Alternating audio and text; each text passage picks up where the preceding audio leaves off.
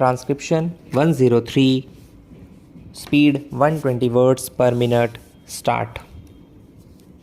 Mr. Deputy Chairman, I think that it will be generally agreed that a bill of this type is almost unavoidable at the present stage.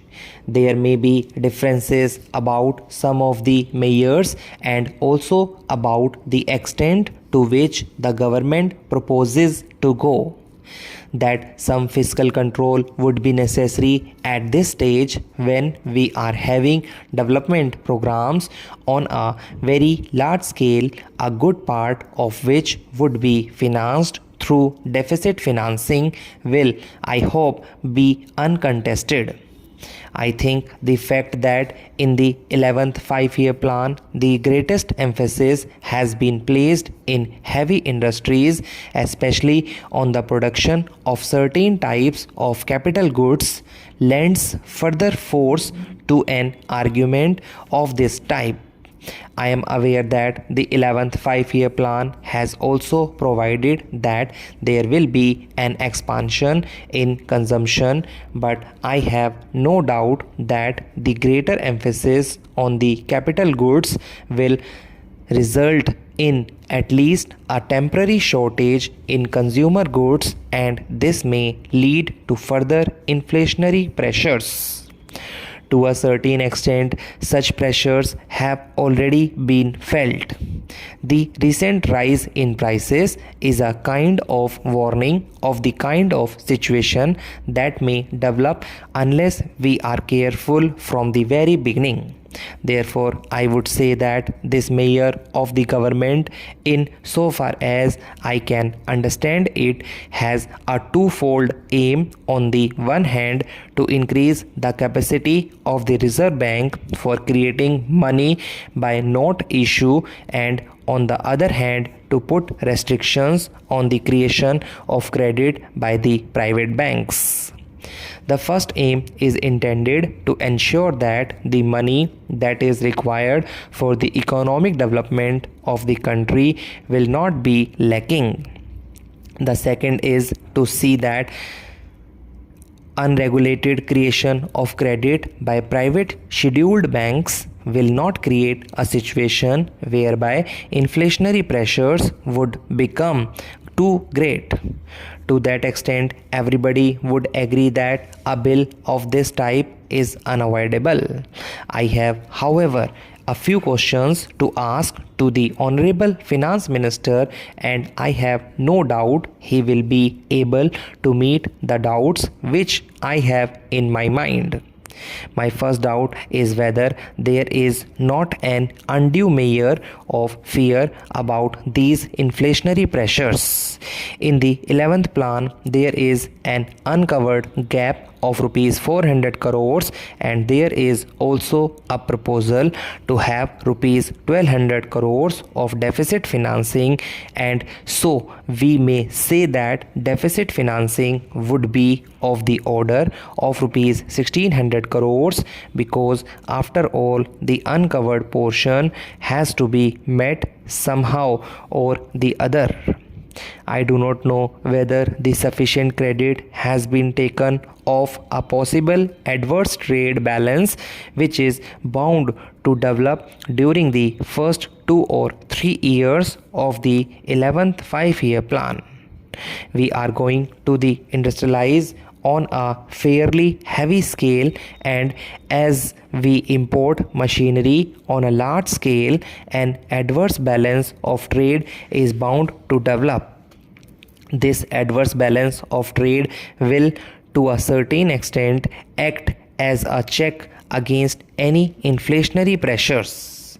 Then again, there is the question of production of food grains and other materials within the country. Our economy is an expanding economy at the moment, and I think that by the end of the first year of the 11th plan, or sometime during the second year of the 11th plan, many of the measures which were undertaken during the 10th plan will start yielding results. Many of the major irrigation projects will give full dividends, and the production of food grains in the country is bound to go up. As the production of food grains goes up within the country, it will again be a check on inflationary pressures. Also, some of the industries which were established during the 10th plan will start yielding results. From this point of view, I would also like the Honorable Finance Minister to consider whether the pattern of the deficit financing which has been adopted in the 11th 5-year plan is sound or may require some modification.